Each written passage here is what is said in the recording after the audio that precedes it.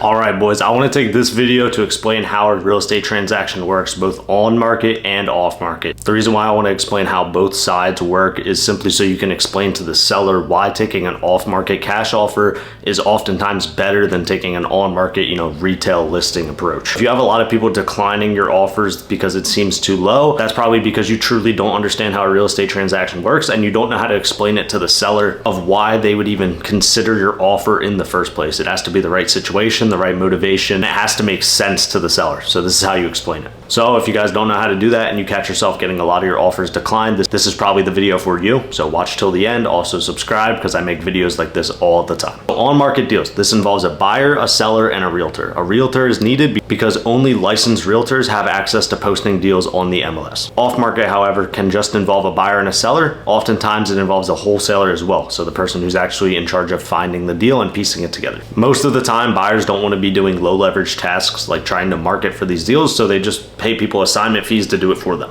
Okay, so this is the stages of an on-market deal. Things first, the seller is going to contact a realtor, and then the realtor is going to run the comps and get a list price for the seller. Number two, the realtor is actually going to list that property at the price that the seller agreed upon, obviously. Number three, they're going to do showings, they're going to do walkthroughs, and they're going to find a retail buyer usually for the property. Sometimes it's an investor, a cash buyer, but most of the times it's just a retail buyer who's using traditional financing. The fourth step is that the title gets pulled, the EMD is dropped by the buyer, and then the title search will come back, hopefully clear. Fifth step is the retail buyer will confirm their lending. So with traditional buyers, they usually need approvals, appraisals, and inspections to be able to get that bank loan approved. If you go to like Chase, they're not going to let you buy a random house for 400 grand. They need to look into that house. They need to make sure everything's good with it. They're going to order an inspection.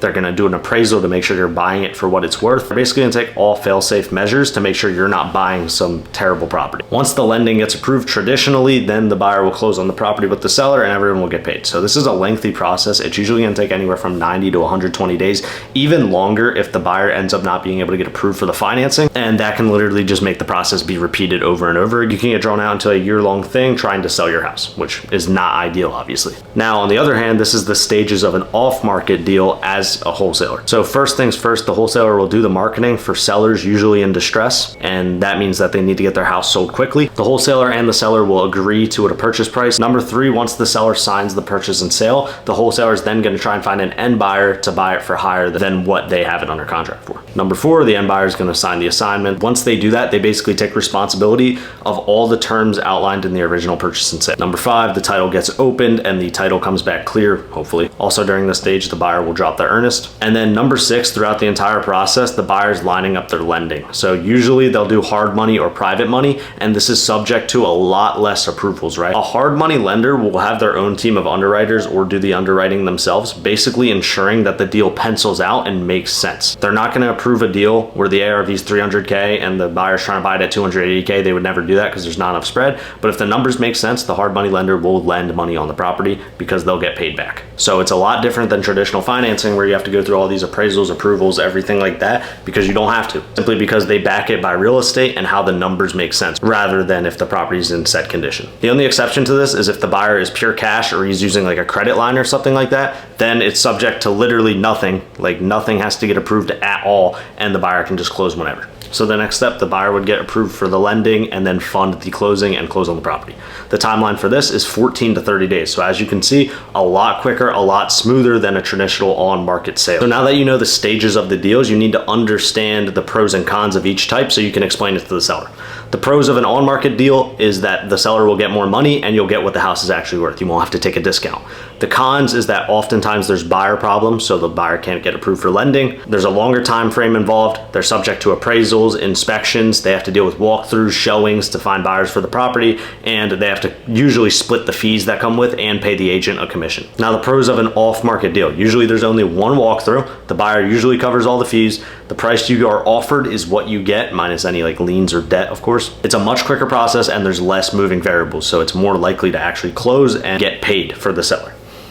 The cons is that there's less money, so you have to take a discount in return for convenience. And another con is that most wholesalers have no clue what they're doing. So they'll lock up these properties and never end up closing. That's why we get a bad rep as wholesalers who actually know what they're doing, because there's a lot of little Timmies running around trying to lock up properties that don't make sense, and it ends up just wasting a bunch of time for the seller. So now that you kind of understand the process, your job as a wholesaler is to explain to the seller that you are a quick and easy solution rather than listing on market. You have to be in a situation where this makes sense to choose, because why would someone who, one, doesn't need the money, two, doesn't need it done quickly, choose a wholesaler or a cash buyer rather than making more money on their property?